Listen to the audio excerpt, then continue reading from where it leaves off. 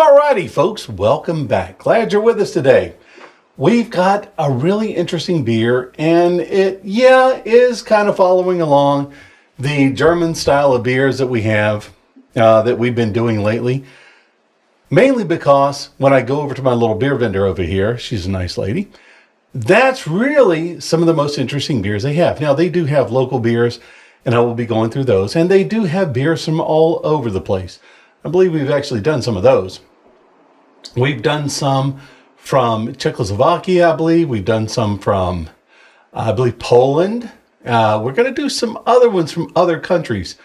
Believe it or not, I was actually looking for Red Stripe. I couldn't find it. Somebody came in, they asked for it, and I was like, it doesn't look like they have it. But anyway, we're going to be reviewing a really good beer today. Yes, it is from Germany. Okay, but it's a wonderful beer. You should be able to find it just about anywhere. And I think you're going to like it. And we're going to do it on...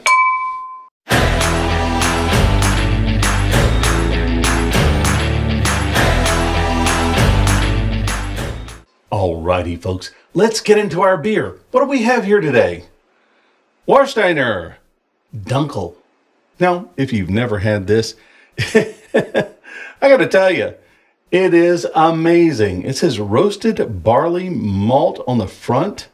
Let's see if it has anything else. Ingredients: water, barley malt, roasted barley malt, hops extract. A little bit interesting. Sounds a little bit more like you would something like Marmite or Vegemite or something like that, but we'll find that out. Anyhow, Warsteiner is going to be the Dunkel. Now, Dunkel in German means dark, so this is going to be a dark beer. It shouldn't be too awfully dark. We're going to find out what the actual color is coming up shortly, but other than that, we're going to be finding out a little bit more about the Dunkel style. Now, we're going to do that coming up next on Beer Through History. Right now. Beer Through History. Dunkel, a traditional German style of dark lager, offers a rich history and distinctive flavor profile that sets it apart in the world of beer. Originating in Bavaria, Dunkel, which translates to dark in German, has been a beloved staple in beer culture since the medieval period.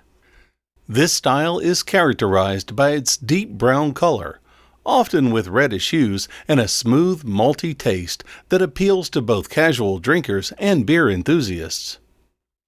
The malt-forward profile of Dunkel is its most defining characteristic. Munich malts are typically used, imparting flavors of bread, caramel, and sometimes hints of chocolate or nuts. These malts give Dunkel its signature sweetness, balanced by a mild hop bitterness that ensures the beer is not overly sweet. The hops used are traditional German varieties like Hallertau or Tettnang, which add a subtle, earthy, and herbal note to the beer. Dunkel beers typically have an alcohol content ranging from 4.5% to 5.6% ABV, making them relatively moderate in strength compared to other beer styles. In modern times, Dunkel has maintained its popularity, not just in Germany, but worldwide. Craft breweries across the globe have embraced this style, creating their own interpretations while staying true to its roots. Dunkel offers a delightful drinking experience that combines history, tradition, and exceptional taste. Warsteiner Dunkel is a celebrated example of the Dunkel style, crafted by the renowned Warsteiner Brewery in Germany. This beer embodies the rich tradition and meticulous brewing techniques associated with the Dunkel lagers. Warsteiner Dunkel is brewed with carefully selected roasted malts, which impart a deep mahogany color and a robust, malty aroma. The flavor profile of Warsteiner Dunkel is marked by its harmonious blend of caramel, toffee, and subtle chocolate notes, balanced by a mild hop bitterness. The use of Munich malts is evident in its smooth, slightly sweet finish, which is both satisfying and delicious.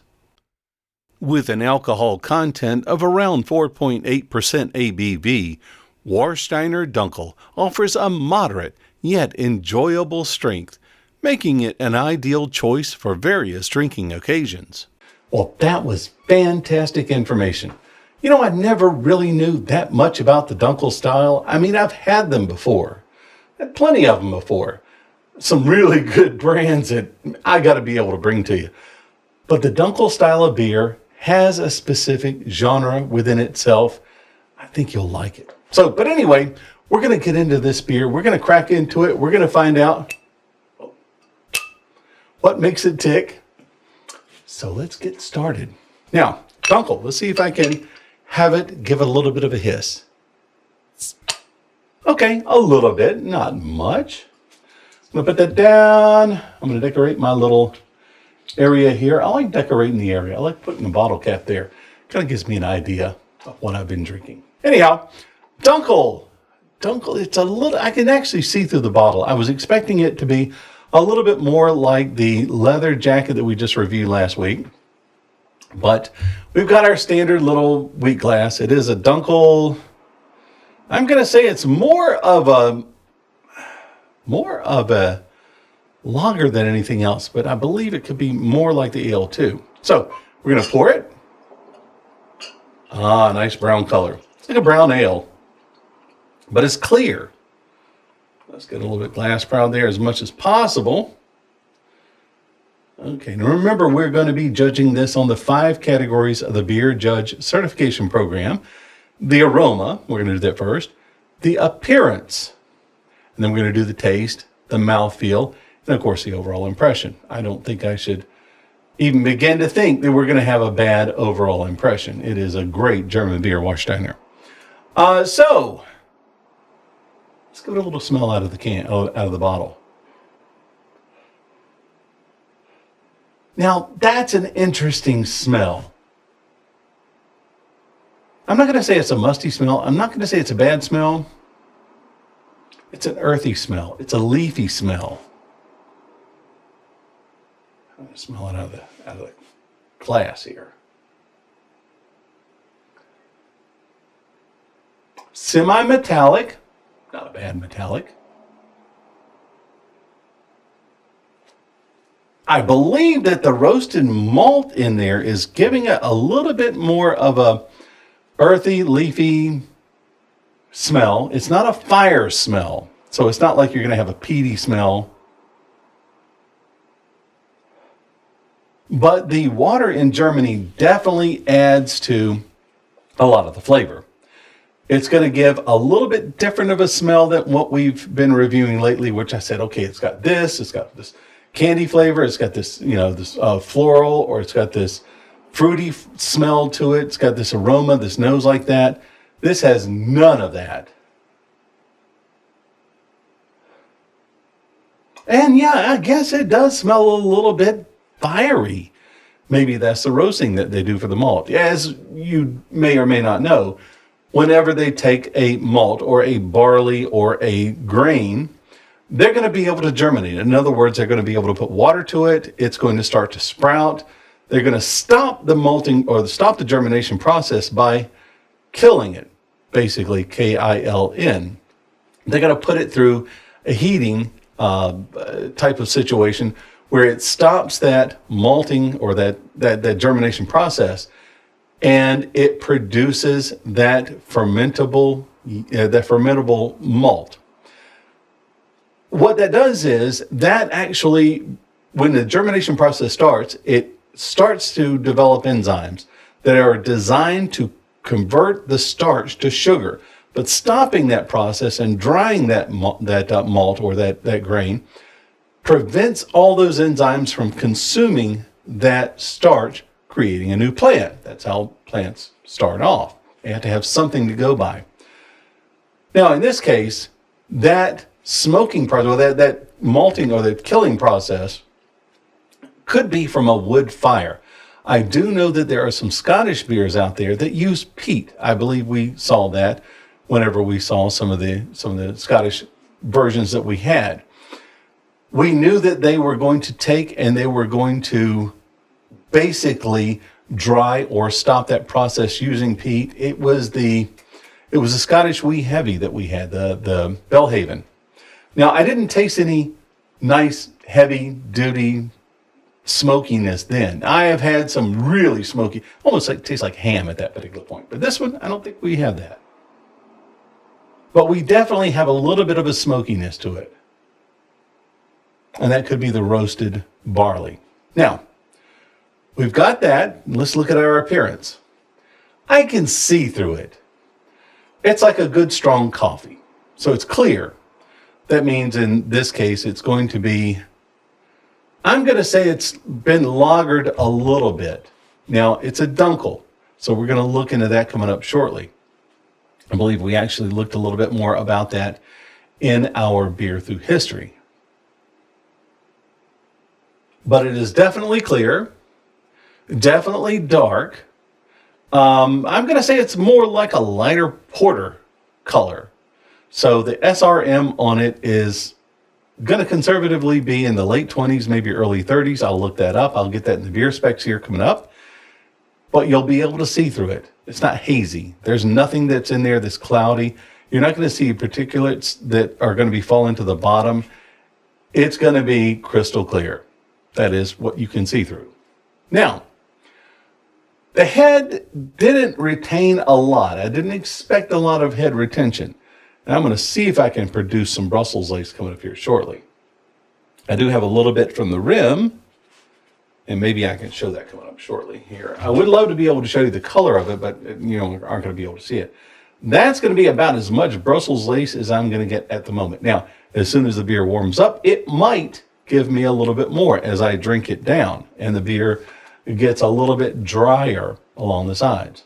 Remember, Brussels lace, not a measure of a good beer. It just is what it is in the liquid. Now for our taste, we're tasting it. I can taste a little bit of the roasted barley. I can taste that it has been roasted. How it's been roasted, I'm not 100% sure. Again, I'll see if I can find that out. It's got a little bit of a metallic taste to it. That could be the water. That's okay. A little bit is fine. Now, a lot of it, you might want to check your pipes.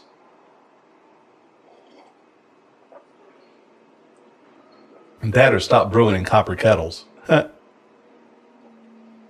Actually, minerals, when it comes to brewing, minerals help out in terms of the brewing process. Yeast want those minerals. It's just like any physical body. They want those minerals to help them do what they're doing. And I believe that in this case, yes, your minerals in the German water there at the Warsteiner brewery are going to lend to the brewing process. Yes, it does give you a little bit of a metallic taste, but honestly, it's not off-putting.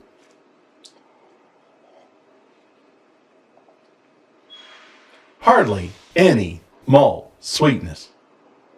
It's a very dry beer to me. I would say, and I'm kind of getting into the mouthfeel, but in terms of its taste, it being so dry, it doesn't really lend to a lot of sweetness.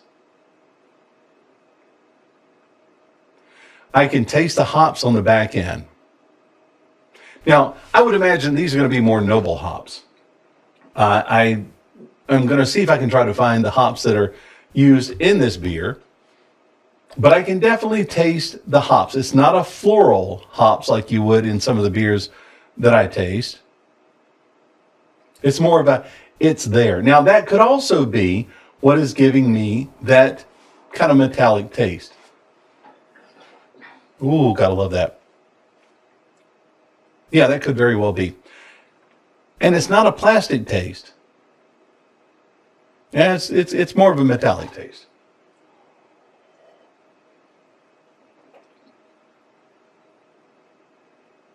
No coffee taste, no chocolate taste. Roasted malt. Kind of think pumpernickel, if you were to put it in terms of a bread taste. But a very dry pumpernickel. Nothing that's exceedingly in your face. Dry, very dry. So anyhow, that your taste, the mouthfeel, dry, not definitely not cloyingly sweet. In fact, it just dries your mouth out a little bit, which is not bad. It just isn't going to give you a lot of stickiness in your mouth. So you can drink a few of these, walk away just fine, no problem. Now the alcohol content, 4.8%, which is fine. 330 milliliters in this bottle right here. So that's not a lot of beer, as we saw it only come up to here. Yeah, I'm still picking that up. Anyhow, so the mouthfeel, the overall impression, what would I think of it? Come on, people. It's German beer. It's a lovely stuff. It's Warsteiner. If you have that or any of the other Warsteiner offerings, please do. Try Dunkels. Look, don't be afraid of these dark beers. They really are some wonderful beers. You can drink them during the summertime. You can drink them with meals. I would say a stew with this one, or maybe some pork. I would definitely go with something like a pork. Maybe a knuckle. Who knows? I don't know how it would be with sauerkraut, but whatever. You know, if it works, it works. Whatever you feel is going to work. I definitely would drink it with anything sweet. I don't think it would pair very well with that. So, other than that, highly recommended. Naturally, it's going to be a German beer, of course. Now, let's get into the beer specs right now.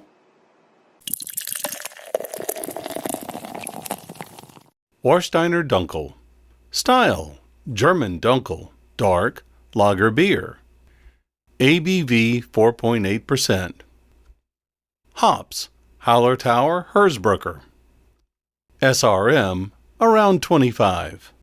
So there you go, folks.